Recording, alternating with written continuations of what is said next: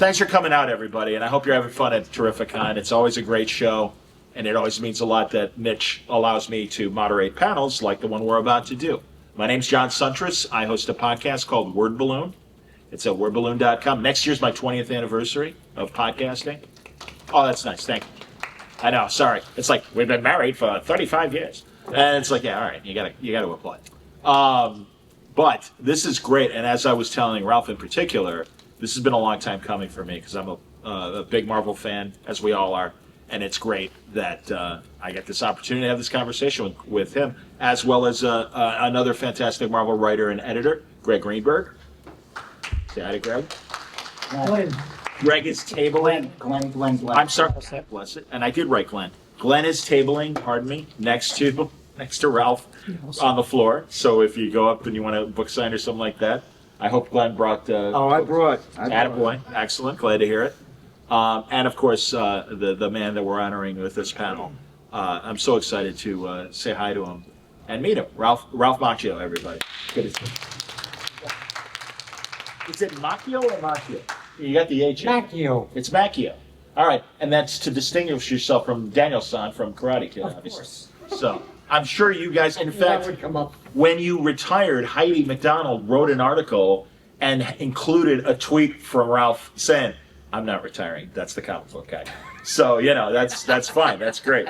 And I didn't retire either. So I Yes, well, something like that. Ralph, truly, I mean, you've been writing books. You're back to writing and stuff, Yeah. which is great. And I'm so glad that you are doing, the occasional, mostly one shots now. Yeah. And I do a lot of introductions for the omnibus. Well, of course. And all that stuff. Yeah. Well, you're the keeper of knowledge, Ralph. I mean, honestly, when did you start at Marvel? 1976. So there you go, everybody. I mean, my gosh, and he's still with the company now. How did you break in? I understand you were a letter writer before being a pro. Yes, I was a letter hack, and I went to one comic book convention in 1975. I wanted to meet Jack Kirby, and I got a book signed by him. And as I was leaving the convention, I was just about to walk out, and somewhere in the lobby, I heard somebody mention the name Black Panther. So I said, I turned around, and it was Don McGregor. And I went over to see him, and he recognized me from having written a lot of letters to the Panther and to Kill Raven, the other book that he wrote. And he asked me to stay for a while. And he says, hang out for a while. And then we went back in the convention. And then he said, "Would you like a tour of Marvel?" Wow. So I said, yeah. Wasn't doing anything. I was just hanging out. So we went up to Marvel. And Chris Claremont was up there at the time. And he said, "I remember you from writing letters to X-Men and Iron Fist." So it paid off to write a lot of letters to the comics. So Chris said, "I'm editing FOOM right now," which stood for Friends of Old Marvel, which was the fan magazine at Northridge. And he said, "Would you like to interview Roy Thomas, and would you like to write an article on Conan?" So I said, "That would be great." He goes, "Well, Roy comes up on Fridays because he's trying to decide whether to become editor-in-chief again or whether to seek fame and fortune out in Hollywood." So I kept coming up on Fridays, and Roy was always too busy to be interviewed. So I said, "Well, I'm just up at Marvel," so I just hung out. And I just stayed there, and I started to meet people, talk to them and all that. And eventually I did get to interview Roy, and he didn't come back as editor-in-chief. He went out to the coast. But then I got friendly with John Warner, and when Archie Goodwin was promoted as editor-in-chief of the company, John Warner needed an assistant. So at the time I was thinking I never had a great desire to work for Marvel or anything. People think it's a lifelong dream or whatever. I never really thought about it. I was lazy. I didn't want to do anything anyway. So I said, maybe, I was going for my master's in English, and I said, I can still do that on the side, but you need somebody on staff, to work in the black and white line with you. Yeah. So that's how I got hired, and then I just never left. That's amazing, man. Well, and truly. But you were also writing too back then, and you were. Didn't you and Grunwald? Was it 2-in-1 that you guys were initially writing? Yes. And that's the Thing team-up book, as opposed to Marvel Team-Up, which is the Spider-Man book. Yeah, what happened was, it was one of the first things I written was the second Kiss book. Wow. Steve Gerber, of course, wrote the first one. And you should introduce. I will. Yeah. Sorry if you don't know who just sat down next to us, and also in the audience, another great Marvel dignitary. But first of all, in the audience, everybody, the great Jim Salicrup. It was the Marvel movie in 72. Wow. Well, next year, Salicrup panel and get your ancient history, Jim. Absolutely, man. But next to me, the current Marvel editor-in-chief, a great guy, a former Simpsons veteran as well, Cebulski, everybody. So I'm going to get into how you, both you and Glenn, were, acolytes of Ralph. Is that a fair... I don't think they want to be seen as acolytes. Well, come on, man. Well, yeah, and again, no disrespect to the current Star Wars show. But, no, it's a fascinating history. And again, you guys especially, and I'm sure CB feels this way as well, mid-70s and stuff, it really was not only a different Marvel, but a different comic book market. I mean, you guys were writing for the newsstands. Yeah, we didn't have there was no direct market back then. And everything was for the newsstands. That's what you did a comic book for. And also, especially where your career went, and some of the guys that we'll talk about later, but I am curious as an editor, and how you saw decompression, as it was called, take over, and the multi-chapter stories, and sometimes the dismissive phrase was writing for the trade, which there's nothing wrong with writing for the trade. That's great, but you were certainly done ones in Team Up, and I would say for most of your writing career, right? Were they maybe 2 issues, maybe 3 issues in a story? Yeah. Well, one thing I did want to mention, because you're talking about Marvel during the 70s. Yeah. When I started, editors really didn't want to stay on staff as a career. The idea was you got 3 or 4 books when they came open, and then you left staff and became a writer. That's really what you were on staff for, to just kind of wait long enough, to get enough books. I never felt that way. I didn't like the solitary life of a writer. I could try to write, but I just never liked it as much as editing. I like the idea of being on staff. I like the idea of being there with people, interacting with people. Stan Lee was on staff at the time. It was always great to see him.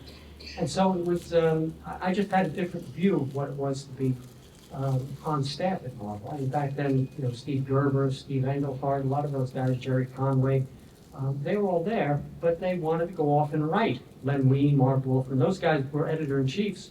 But then after that, they just, took their books and left. But I stayed on staff because I just liked the idea of working on books as more of a director rather than just having that one aspect of the book that you worked on as a writer. Man, you really did work under so many editors-in-chief, as you just kind of rattled off some names. And I wonder if there was 1 or 2 editors that you feel, I really wish you would have had a longer tenure. How many years now for you, CB? 7, coming up on 7, maybe. 7 years. Okay. Yeah. Okay. So that's nice and healthy, and Axel and Casada before him and stuff. But yeah, was there a guy during those brief 70s moments, some of the names like Jerry and Marv and Len and stuff, that you're like, it's too bad he didn't stick around more. He was a good editor-in-chief. Well, around the time I was hanging out at Marvel, Mark Wolfman was the editor-in-chief, and then Roy was trying to decide whether he was going to come back or not. He was thinking, maybe I should, he wanted to go out to the coast, to Hollywood, and he was going to work on films and things, but at the same time, he was thinking, maybe I should go back as editor-in-chief. So he was going back and forth. Jerry Conway became, around the time I was hanging out at Marvel, Jerry Conway became editor-in-chief.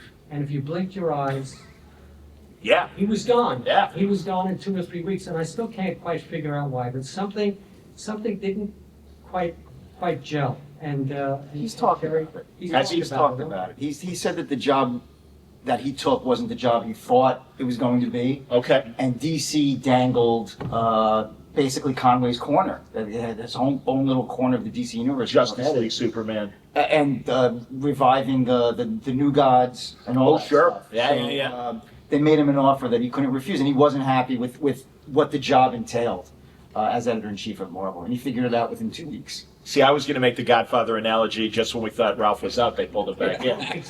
So yeah, that's amazing. Glenn, when did you start, and how was your career impacted by Ralph?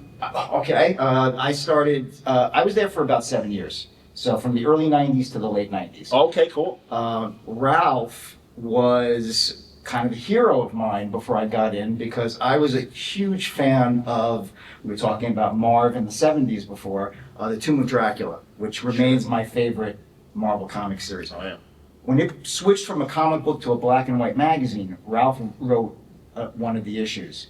And for me, I was about 10 years old at the time, and it was one of the greatest stories I ever read. Yeah. You know, I mean, it made such an impact on me that I already knew Ralph's name. I knew what he had done at that point. So when I got there, I was a little bit in awe of him. After a while, I finally got the courage to talk to him about that issue of Dracula and tell him how much it had meant to me. And Ralph just offered. he's not getting this back. He's not getting this back. So wow, 20. That was a buck. And that really sort of, not that there was any ice to break, but it sort of broke the ice, figuratively speaking. And we knew that we had that commonality because Ralph was a huge fan of Tomb of Dracula as well. And so from there, we just started building a connection to the point where towards the end of my time at Marvel, the last few years, I had built up some writing credentials, working on various things, and Ralph, I kind of became a go-to guy for him whenever he needed help on the Spider-Man books. Okay. So I did a lot of, all of the Spider-Man writing that I did, 99% of it was for Ralph. Was it like the writer version of Krusty Bunkers, essentially, where No. headlines come in and we need someone to... No, this was different. I had Glenn do some things. He had a great knowledge of the Spider-Man universe. Excellent. More than mine. I mean, he just knew everything. And so when we needed, when we were finishing the Clone Saga, you know, I needed some help. We needed, we wanted to explain how Norman Osborn came back and all these other things. And Glenn was a go-to guy for that. So it Okay. certainly was not that thing. It was definitely someone I could lean on for that. That's an interesting period of Marvel that I do want to get into, but before I forget, and the fact that you mentioned a black and white magazine, I know you did Solomon Kane. Was Yes, that I in the did. regular comic or the black and whites, or both? No, Roy wrote the Solomon Kane for the black and whites. Okay. I really liked the character. Of all the Howard characters, I gravitated more to Cull and to Solomon Kane than I did to Conan. And when the opportunity came up, Carl Potts was editing it, I believe. And so I wrote a 6 or 7 issue Solomon Kane limited series. In fact, I liked Kane so much that I actually wrote 2 original stories. He just wanted to do adaptations. Okay. But I had ideas for Kane stories. I wanted to do one where he would meet a Puritan who was actually had lost his faith. And I wondered how would Kane react to someone who had lost his faith. And I also wanted to write another story, an original story, where Kane met someone whose religious fervor was the equal of his, but he was a Muslim. And Interesting. and I had thought about that a lot. So those were 2 original stories that I had written, and Mike Mignola actually penciled that one. So I was extremely fortunate. That was Wow, That was yeah. before he became the superstar he is today, and I had him. He drew that one. So I was very happy with working on Kane. Very. Did you do other black and white stories beyond the Dracula story that Glenn mentions? I did a black and white a Black Widow story. Oh, wow. Bizarre Adventures with Paul Galassi. Oh, fantastic. Galassi, and when they collected the stories I did with George Perez, the Black Widow stories, they usually include that one in there. That's great. Wow. You know, I much like Glenn, reading the black and whites, I felt like I was reading an adult product, and I was probably the same age as Glenn was, kid, and it's like, oh man, it's like, and also the art was it seemed more sophisticated because of the grayscales, and Yeah. I mean, I just remember that one Hulk black and white issue where it was like an early Avengers story, and Iron Man was still in the big clunky gold Yep. outfit and stuff, and it's like, God, this is really amazing. Great stuff. So yeah, I miss the black and whites. When did you wind up in Ralph's orbit, CV? I started working. My first job at Marvel was associate under Ralph. Was January 2002. We were on the Ultimate line back then. Yeah. We're gonna get into the Ultimate Mr. line. Quesada, Mr. Jemis brought me in. It was Ralph, myself, and Brian Smitty Smith who was working on that stuff. And I wouldn't be where I am today. I mean that seriously without Ralph's tutelage and mentorship. And, I only got 120. No, I still use stuff I've learned from Ralph to as I deal with freelancers, deal with the team, and how we approach stories. So seriously. And that's why I was honored to be asked to be on this panel. So. Well, there's so many Ralph runs as an editor and a writer, for that matter, that we could talk about. But now that we are kind of in the Ultimate territory, we're going to go back and forth time-wise. And certainly I will leave enough time for everyone to ask questions if you have questions from any of the guys. But really, the Ultimate line, God, that, and also really, and I also want to ask you about the Spider-Man Clone Saga, the decline afterwards, or at least everyone, how do you wrap this thing up? 99 ways the Clone Saga, or no, 101 ways 101. 101 Yes. ways the Clone Saga should have ended. Yes, absolutely. Yeah, dude. Oh my God, yes, absolutely, man. Yep. So, Ralph, was the decompression thing, was that kind of forward in Joe's mind, Bill's mind, and the writers that you all worked with? You worked with Miller and Bendis initially on the Ultimate line. They were the first wave Mark of Millar, writing. yes. Yes. And tell me about, again, decompression compared to what you were writing and stuff. What you think of it? And, again, was this something that the editors are like, no, this is the direction we want to go? Now, are you talking about the Ultimate line or the Clone Saga? Well, like I said, I just said the Ultimate line. So, let's go If chronologically. I could just throw something. Please, Decompression was on the way before Quesada, before Gemmis. Really? Please, before Glenn. Bendis. Yeah, tell me. We had an editor-in-chief in my last years at Marvel who kept saying to us, like a mantra, think about collections. Think about collections. Okay. Think Was that DeFalco? Or? No, this was post-DeFalco. Okay. Yeah. You don't want to say who the editor was? not. Okay, it's all right. Ooh. All right, everybody, grab Wikipedia and do your timeline. We'll figure it. We're gonna figure it out. Don't kid yourself. But no, let's talk about Spider-Man because Yeah. I mean, you really how many years were you the Spider-Man? 5 years. All right, that's a plenty of time. Yeah. So I came on midway through the Clone Saga, and the Clone Saga was beginning to drag the Spidey books down. They had let the editor go, who had been on Spider-Man for a while, and it just seemed as if they couldn't let this thing go, and they kept it just kept going on month after month after month. So what happened was Bob Harris became editor-in-chief. That's right. Of Right. course. That was the name I was. Sorry, Glenn. Yeah. All right, man. Bob brought me Reveal. into his office when he was hired, and he said, I'm putting you in charge of the Spider-Man books, which I never wanted, because I was like working on secondary characters, so I could do what I wanted and nobody would be looking. Sure. With Spider-Man, that's the corporate character, that's the one everybody looks at, and you gotta have big events all the time. So Bob brought me in and he said, we gotta fix this, and you gotta do this right away. He says, we have to get rid of the baby, I don't want Mary Jane to have a baby. Yeah. What the hell? I mean, really? All right. We had to Baby's do all gone. this stuff.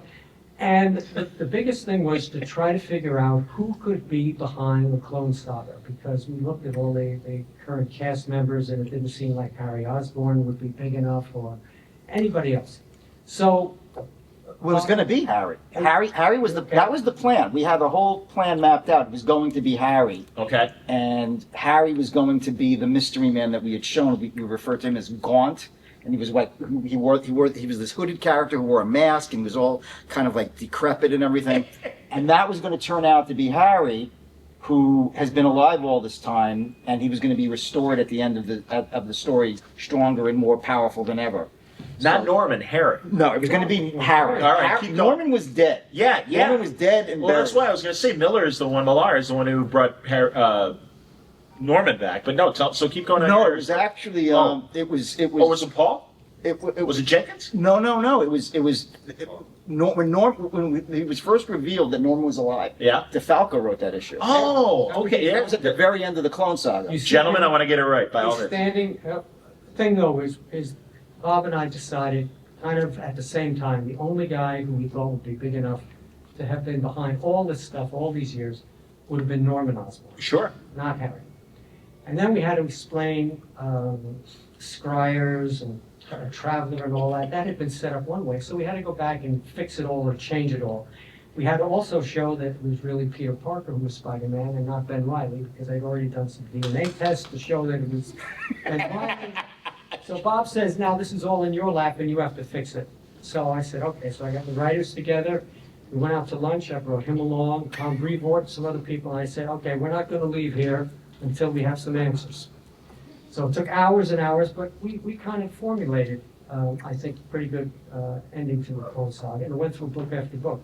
But the first view of Norman, you see him on a pier, and the woman brings up the baby, or whatever we think it is that's in this crib, And he goes, I don't ever want to see that, get rid of that thing again. And then he kind of lights a cigar, and it's Norman Osborn. Got it. So we knew that would shock everybody. Oh, yeah. Also, we were going to get a lot of grief, Absolutely.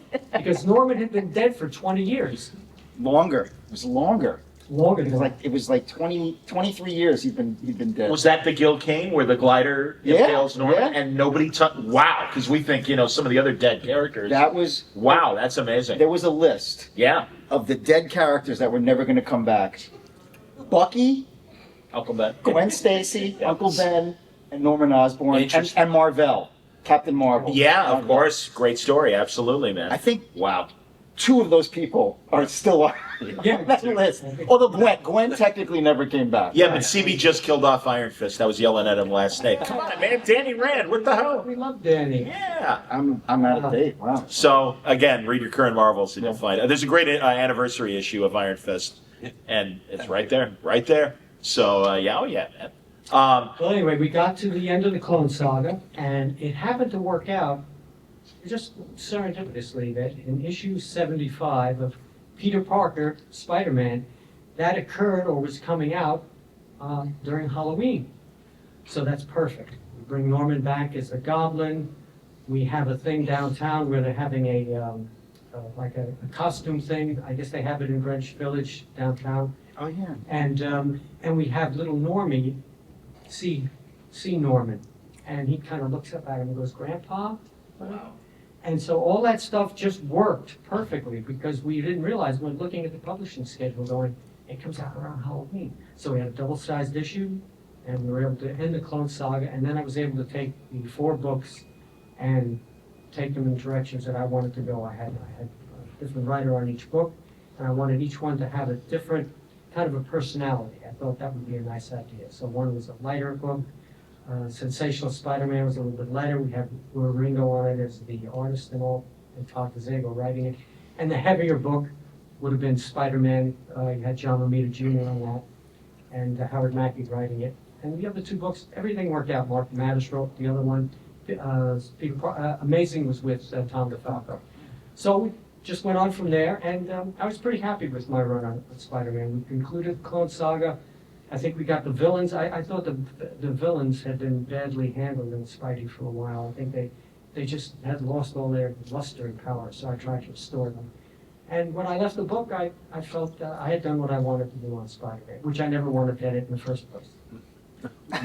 Before we get to the Ultimate line, I mean, really, very late 90s, very early 2000s, that was a tough time for Marvel. Facing potential bankruptcy.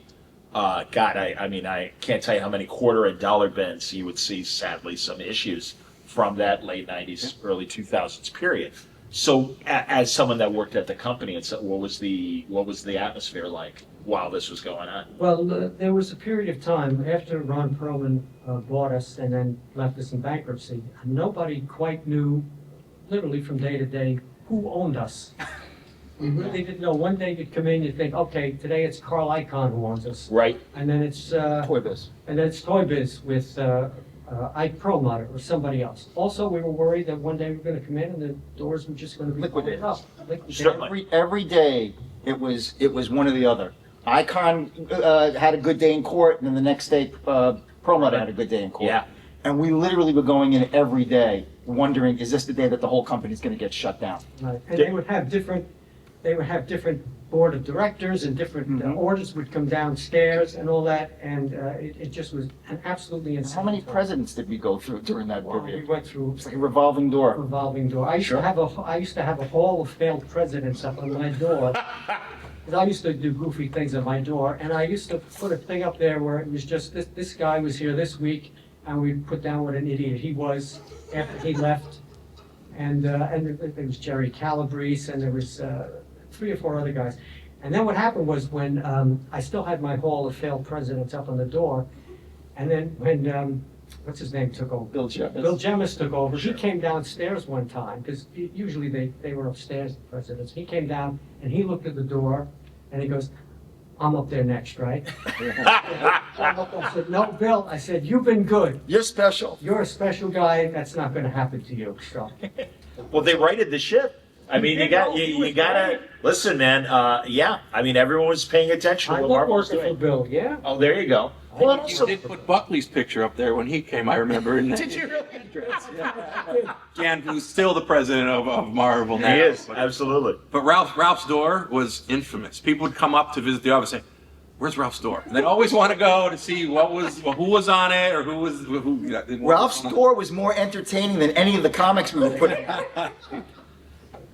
So the Ultimate line, and it's ironic that we're talking this weekend where at San Diego just a couple of weeks ago, DC made the big point of their Absolute line, which is essentially their Ultimate line that they're about to launch. So really, literally for laymen, an entire line of all the Marvel characters that we love, but starting at square one. I know Peter went from being a newspaper photographer to a website designer. Sure. That's classic, like 99, 2000 and stuff when all this was happening. So yeah, what'd you think? And what was your feelings? I had to, I wasn't sure I was going to be editing those books at the time, but Bill Jemis and Joe Quesada, I have to give them credit. I didn't create that line. That line was created by those two guys. Bill was really an idea guy. He's the one who came up with the whole idea of us doing the very expensive reprints. So he said, look at what DC's doing. You guys should be doing the same thing. So Bill was a very smart, inventive guy. And Joe was the right guy to be editor-in-chief at that time, too, because he kind of righted the ship, too. And when I got Ultimate Spider-Man, which was the first of the Ultimate line, Joe's idea was, because he brought Brian Bendis to write. Now, Brian Bendis was known basically as an independent comics writer. He had not done mainstream stuff. He said, I wanted to put my most experienced editor with a guy who knows nothing about Marvel. So that's how we started to work on Ultimate Spider-Man. And there was a lot of feelings from almost everybody that this was not going to succeed. We already had a bunch of Spider-Man books, so how could another one possibly succeed? But this one did, because we had the right combination. We had Mark Bagley, very experienced penciler, and we had a new guy that just sort of came out of the ether, Brian Bendis, and they took off. And they stayed on there like 125 issues or something. I was proud to have edited every single one. For a while, we were outselling the regular Spider-Man books, which gave me a lot of sense of accomplishment and pride. And then, of course, came the Ultimates, then Ultimate X-Men, Ultimate Fantastic Four, and all the little ancillary books that went with it. So I loved having that line tremendously because I had my own Marvel universe. It was a separate Marvel universe, and I could kind of go where I wanted to go as long as we were pleasing Bill. Everything was good. So it was a great time to be working on it. And then CB was there. Yeah, was there, and really forgive the dirty laundry question, but was there resentment from the old guard of writers? I mean, I know John Byrne walked away from his, wasn't it Birth of the Atom? I forget what the name. X-Men: The Hidden Years. Hidden Years, excuse me. Yes. And he also did Secret Years of Spider-Man as well. Chapter 1. Spider-Man yeah, Chapter that's 1. what it was. Excuse me, Chapter 1. Yeah, so it was kind of interesting that those books were happening alongside what was happening with the Ultimate line. Did you get a feeling for any writers? I know DeFalco, one of my favorite New York panels, and he's like, I don't write radio script, or something like that, where he was kind of making fun of decompression. And, and Brian took it. Brian was like, yeah, it's all right. He didn't mind. Well, Brian, he had Miller did that too. Yes. In Dark Knight Returns. But Brian would kind of do things where he'd have page after page of just headshots. But his dialogue was very interesting, and so he could carry that off. Not every writer could carry that off. Brian could do that. He made that work. And he also became, over time, he really became a real focus for the creative energies of Marvel and the direction the company went. He became very close to Joe Quesada, and when we would have our biannual or quarterly meetings, big editorial meetings where we'd have freelancers come in and we would plot out the kind of next year's worth of stuff. Yeah. Brian was a prime mover in the direction that the company would go. So he really became very important. A guy who started out just as an independent comics guy suddenly became really the center of Marvel. And he went on to write Avengers after that. And he had a run on Daredevil and a whole bunch of other books. I mean, he was a very, very talented guy. All right, I want to ask both Ralph and CB, because those creator summits that they would have, they'd fly everybody to New York, couple days, they'd be in a conference room, as I understand it. I was never there, of course, but Brian would tell me details, Loeb would tell me details, Mark. Now I know we say Millar, but he did say, too. and I understand, and I just want to correct it for people. He always says, John, it's Miller. I'm Miller. I'm like, all right, AR, we think Millar, but it's cool. Even Joe called him that. But yeah, any funny energy, any funny stories, Ralph, as far as the creator summits, any anecdotes from that? Because I know there were, like, for instance, there was a big tug of war about who was going to, after World War Hulk, when the Hulk crushed Doctor Strange's hands. It's like, well, who's going to be the Sorcerer Supreme? And I understand that was a fun debate amongst the creators, but anything like that, or even if you want to amplify what I just said? I don't know. I think one time though, I do remember, Jeff Loeb he kind of tried to take over some of these meetings. He always want to vote too. Let's take a vote. Let's take a vote. All right. He could swing people to his side. Exactly. But we fooled him one time because Jeff Loeb, he was working on a Spider-Man book with me, and he had planned to bring back Gwen Stacy, and he had gotten Joe Quesada on his side. And I said, if anyone should remain buried, it should be Gwen. But they thought big sales and all this stuff. Sure.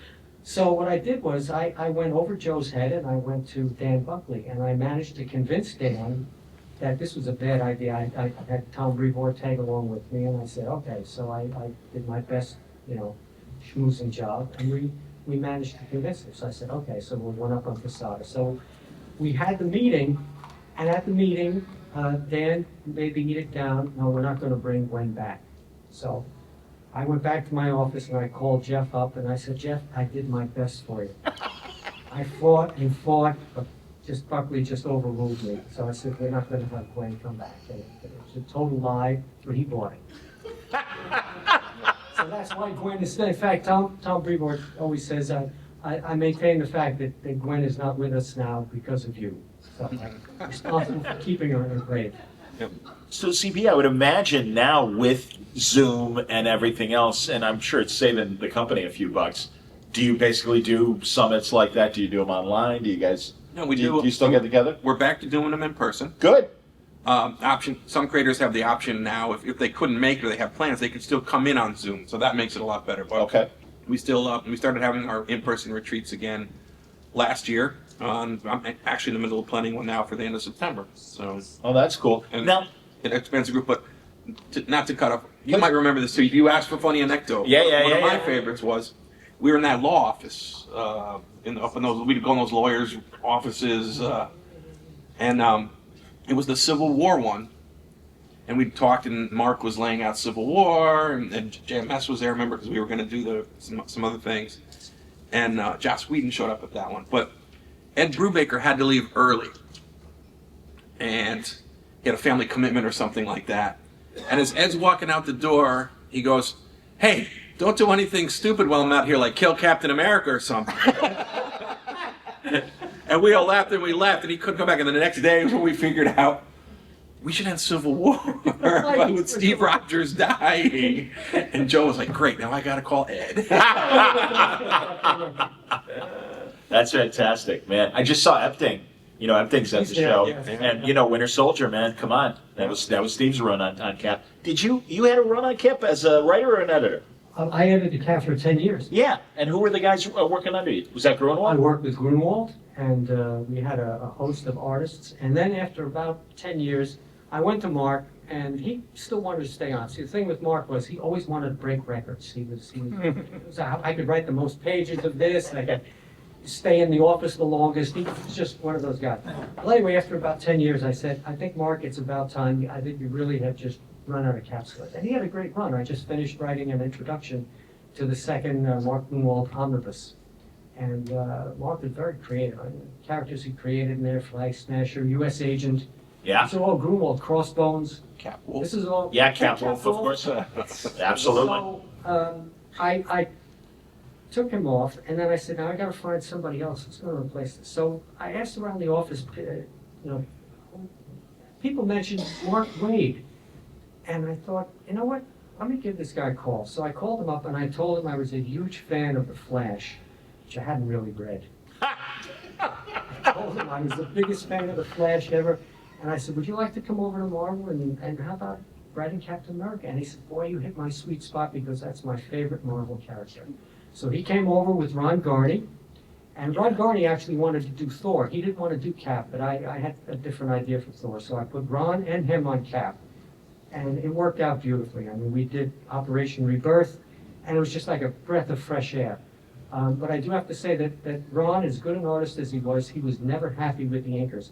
Every issue, he would pick the inker, then he'd call me up and tell me to fire him. So after this went on for 3 or 4 months, I said, okay, Ron, I got the call, and I said, look, if you want the inker fired, you're going to call him. I'm not going to fire him. Sure. I've had it. So we finally agreed on an inker. He stayed on.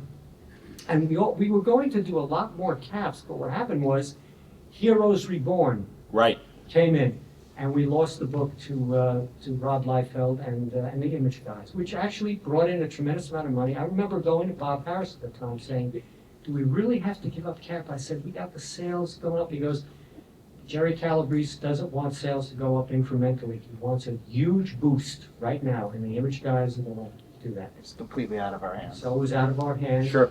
Eventually, they did come back, though.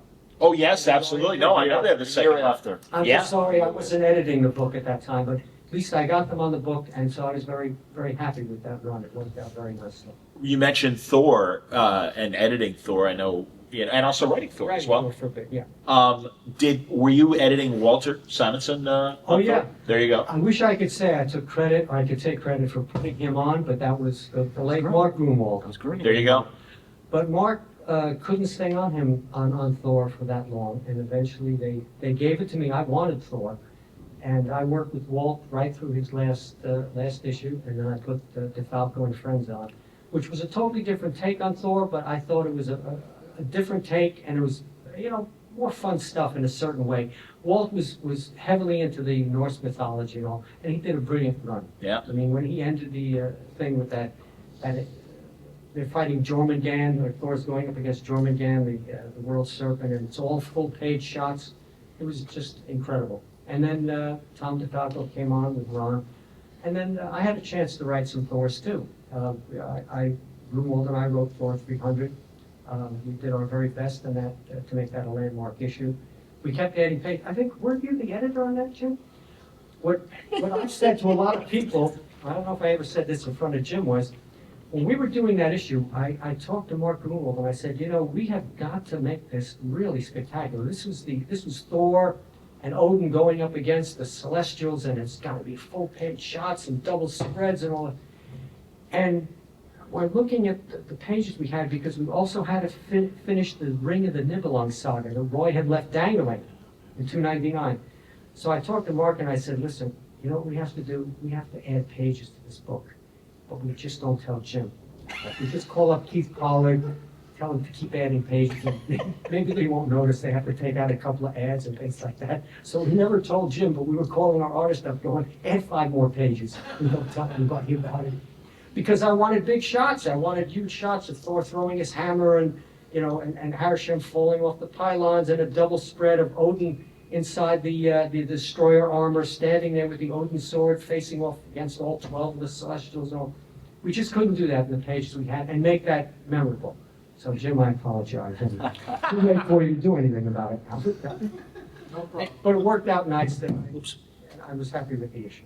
Now, Ralph, if I'm not mistaken, Yes. now that people know what you look like, they can look to the Thor movie, because you and Walter were given cameos in Yes. the I'm the so glad you film. mentioned that, yeah. Yeah, we were, I had called up Kevin Feige because I was one of the editors that was brought out to the West Coast when Marvel Studios was going to be doing Iron Man. And Jon Favreau was there, and we sat with him for about a week. And he really wanted to stick with the source material. I mean, he was a very smart guy, great writer, great director, great actor, and he just wanted to really zero in on the source material. And when after that was over and all that, we had a Marvel Creative Committee, and we would get some of the scripts to the films, and we would read the scripts. Yes. And we would comment on them, and they'd take them by pouch back out to the coast. Well, I called Kevin Feige one point, and I said, Kevin, I am doing real work on the movies and all that. I said, and I tell my family and all that, and they go, well, where's your name? You don't see me anywhere. What are you kidding? So I called him up, and I actually complained about it. I said, Kevin, I keep reading the scripts, and I keep adding, things and all that. I said, and he says, you know what, Ralph? He goes, we'll do you one better. Instead of put your name in the credits, he goes, we'll put you in the movie. So I said, what? We'll put you in the Thor movie, we'll put you in the banquet scene. So there was a table like this, and I was sitting at the end, and 10 minutes after I got off the phone with him, because I'm in New York, and of course they're in California, I got a call from the costume department. And they said, what's your size and all that? We're gonna make you an Asgardian diplomat. I said, I don't know my size, I'm 5'9" and 130 pounds or something. So I said, okay. So Walt Simonson was also asked to go out, and I was asked to go out in Louise Simonson's way. I was spent a week out there. It was fabulous to be on the set with those guys, to see Kenneth Branagh directing that film, and to have a bit part. And you got your name in it too, isn't it, at the end? And probably In the is, special yeah. Thanks, hopefully, yeah. So in the banquet scene at the end, if you guys ever, watch the first Thor movie again, I am at the end. Now, what happened was it's fascinating because I'd never seen a movie filmed before, but the table was set up like this, the banquet table, and they did all kinds of different ways of doing it. They would have people across from us, and then they would say, talk to these people, and all they had fruit bowls and all. And then they would take those people away across from us, and they'd run a track, and they'd run a camera across the track, and they would say, pretend there are people over there like we're real actors, and talk to them. But there's nobody there. So this is apparently what real acting is like. They had to do that. Well, anyway, as I was doing this, I kept kind of leaning forward, and I was they wanted to get the track down the table. So the second unit director comes over to me and he goes, you, sit back, don't touch the fruit, and just talk. Whatever you say. And he was actually in the film, the guy who's the second unit director. I can't remember, Yeah, I don't know who the second unit guy was. professor or the guy with the German accent or whatever. Ellen Skarsgård? Skarsgård. He was actually- assistant director? I didn't know that. Yeah, he was, because Kenneth Branagh would back out. He was very nice, he was very friendly. He would come in and say, you're wonderful people, it's great to have you here, and he'd talk. And then he would go fade in the background, and then Skarsgård would come in, and he was nothing like Sergeant. You do this, you do that, don't touch the fruit, lean back. I didn't know that. Wow. So that's how that worked. And they filmed that scene, it must have been a dozen times, and we had to pretend we were hearing it for the first time. This is like what real actors go through. So it's really difficult. This was just like a minute or two on film, and it must have taken a couple of days to film this thing. It was just going on and on. Alan Fine was he was the guy sitting next to me, and he's a big shot up at Mollo. Oh, yeah. And he wanted to get in on it too. So I'm it was a wonderful experience. I'm surprised that that's your first appearance with film, because the other thing, you guys talk about a lot of the black and white books. What Ralph did for a long time too was edit all the movie adaptations. Because there are some that you have never heard. House 2, the second story. Hilarious. They couldn't even give the artwork away on Yeah, it. but you have, I mean, we've talked about this a lot, but you've edited so many movie adaptations when movie adaptations were very big, you know? Yeah, I wrote Dune, I wrote right. Meteor, I wrote Independence Day, I Meteor. wrote Darkman, I did a lot of them. More writing actually than Yeah, editing. that's very true, writing. Steve. Okay. And they all worked out very well. I was very happy with the way all of those things. The Dune one is legendary. Yes, absolutely. Art by Bill Sienkiewicz, Yep. and most people say it was 10 times better than the movie. I would say that for David Lynch, but but no, that was nice of you to say that. But we were very happy with the way it came out. Actually, on that one, I wrote the first page last, because if you look at the Dune adaptation, the first page is actually a shot of Princess Euroland. And there are a lot of balloons on there, because I realized that the story is so complex that we just kind of plunged into the story, and I said, we need to set the reader up for this, because anyone who's read Dune here, you guys look very, very complex, very many layered. So I sat there and I wrote the first page. That was actually the last thing I wrote. And of course, working with Bill was just, a dream. So that kind of worked out real nice. That's great. I hope people have questions. We only got slightly less than 10 minutes left. And if not, we can keep going. Can I say one thing? Of course. With CB up here, I did want to say something. After I left staff, I would come up to Marvel frequently, and I still drop up there. And I have to say, there was a period of time there was a prior editor-in-chief, and the atmosphere up there was getting, people didn't seem to be happy. It was just something that was kind of, you could just kind of feel it. And I could feel it because I know I go up there once a week or so, and I could just, feel the atmosphere just wasn't there. When CB was hired, changed instantly. Everybody was cheerful, running around. It was just like the old days. They made a perfect choice hiring this guy. Oh, thank you for saying so. That's that means a lot. Thank you. Absolutely, that's cool. Do you assign one-shots? How do you get your current writing assignments that you've had the last couple of years? Well, I will have an editor will call me up and say. Any of them, or, Any of them, yeah. I've worked with a whole bunch of them. And it's great because these are a lot of them new editors. Sure. Although I do work with Mark Basso a lot, and he's been there for a while. But I work with a lot of the newer editors out there, and it's great working with them and seeing how interested they are in Marvel and how good they all are. Stevie's got a great staff. So I sit there, and they'll call me up and say, listen, we'd like you to do, there's like a Doctor Strange movie's coming out, or a Thor movie. Can you do a one-shot evergreen? Yeah. When they say evergreen, it means it could occur at any time. You're not with current continuity or past. Just kind of pick a period and try to make it general. And I get a chance to write my favorite characters and to do one-shots with them that come out prior to the film. Between that and doing a lot of the introductions and all that, it's great. And we do drop up to Marvel every once in a while, see CB and the guys.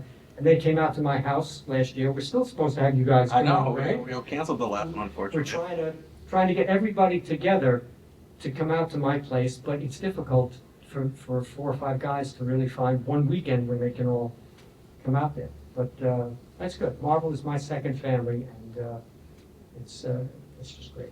That's beautiful. Are there any questions? And if you don't mind, everybody, before you guys answer, if it's a soft question, I will amplify because, of course, I don't need a microphone. But, yeah, so if there are not, I have more questions, but anybody have a question that you'd like to ask the guys? Great, I'm glad you're enjoying the conversation. That's fine. I have more. Fear not. Let's see. Well, first of all... Oh, wait, Mr. Lim has a question. Please. You mentioned the funny anecdotes. Would you like to explain why there was a wooden dolly in the chair at one point? There was a wooden dolly at one point. In which story, sir? No, in a chair. We had tell me. I think that there was an editor we hired at one point named Dolly. Her name was Dolly.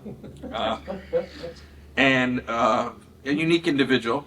And she was let go at a certain point, but she refused to accept that she was fired, so she would not leave, and she would continue to come into work every day and just she sit. was working in my office. Yes, she was just sit in her chair. Wow. And then, This is a Seinfeld episode, isn't it? Exactly, it literally is, but yes. long story short, what happened was, eventually through whatever machinations, Mary Sprouse and Rob Grosser and some security got her to accept the fact that she no longer worked at Marvel and left. So everyone was like, oh, Dolly, my God, we heard she's finally gone. And the next day, Ralph went down to the mailroom and he got a dolly that they used in to move, boxes in and out and things. And he put the dolly in Dolly's chair. So everyone, he said, oh my God, Dolly came back, and people would come in and there was an actual moving dolly in her chair. It's like, I forgot about that. That's fantastic. You mentioned the movie adaptations, and Sienkiewicz, great example in that Dune thing. What were some of the other artists that you worked with on the movie adaptation? Well, I worked with Gene Coleman. That was the other great guy. And which film was that for? Meteor. That was for Meteor. It's so interesting when you go back to these movies that haven't survived the test of time. I remember Right. Meteor, but it is like always these all-star writers and editors when you look at it. Why don't you tell the story about the choice that Marvel had between Meteor and another film? Uh-oh. And Marvel chose Meteor. Yes, we had a choice of doing Meteor or Alien. Oh! Apparently, I think it was Stan. Stan had the idea that, I said, it's an alien, it's just a monster in outer space, but a meteor is going to come in and it's going to crash through New York City and the Empire State Building and the whole thing. So he got us all excited about it. And then Walt Simonson, he went and they did Alien. So which one has Stood the test of time. Exactly. They're doing like Alien 9, I think it's coming out. Meteor 1.5. Exactly. Never really happened. Wasn't Henry Fonda and Meteor? Sean Connery. Sean Connery. Oh, Sean Connery, excuse me. You know, they all made all these big A-list stars. They made disaster movies. It was crazy. I don't remember all the details. Wasn't there a crazy Raiders of the Lost Ark story too? Spielberg sent a knock at the door. Oh, yes, I don't know if it was, no, it was Close Encounters. Close Encounters. Yeah. Oh, Yeah, if I remember correctly, Walt was doing Close Encounters, and somehow they had sent him photographs from the film or reference material sure. that he Yeah. needed, and he was working on the stuff, and Spielberg, I guess, had sent out the Spielberg police, and they showed up at his door, and they just said, "Give us that stuff back." They would not want him to hang on to that stuff. wow. Yeah, you're right, Stevie, yeah. Yeah, I remember that. Wow. Spielberg That's, police. jeez, that's crazy. Jim, please, I'm glad you're saying something. What was it like working with Stephen King, Ralph? Well, yes, indeed. What was it like working with Stephen King? Thank you, Well, Jim. He really is, he was a great guy. I mean, Dark Tower, right, guys? We did Dark Tower, we And didn't do an Stand. adaptation, right, we did The Stand, but we did do an adaptation of the Dark Tower, because the first meeting we had with him, he came in and he said, "I don't want you to adapt the Dark Tower stuff." He goes, "I'd rather that you did an expansion of Roland Deschain, who is the gunslinger, when he's a young man." And he had a kind of like a ready-made phrase that he thought kind of encapsulated it. He said, "My idea is that a boy's tests becomes a man's quest." And that kind of summarized it very nicely. He was just an amazing guy to work with. He's a brilliant writer, and he left us alone on it. We would send him the first few issues after they had been drawn, and he would send us comments. But we worked with Chuck Verrill, who was his right-hand man. Yeah. And Chuck was also a brilliant guy, and we were supposed to, by contract, give him 2 weeks to look at an issue and to make comments on it, and he had about 2 hours because we were late with the big issue. Our artist, Jay Lee, who was brilliant. I mean, if you look at the Dark Tower stuff, it's just incredible. But Jay was never one for deadlines.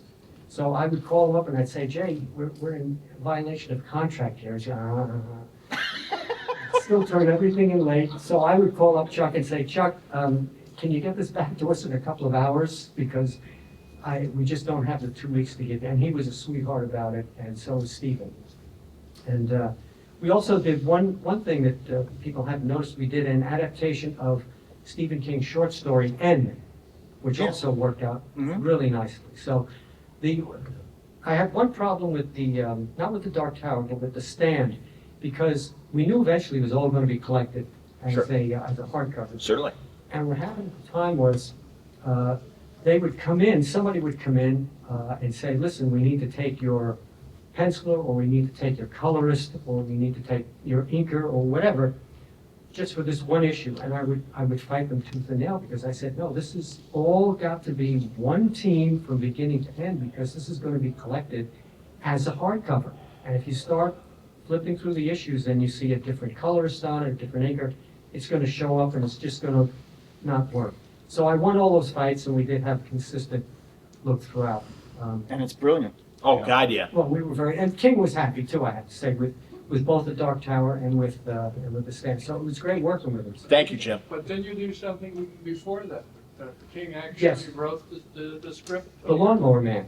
When I was working Wow. with Denny O'Neil, we were doing Bizarre a black and white book, right? Yeah. Bizarre Adventures.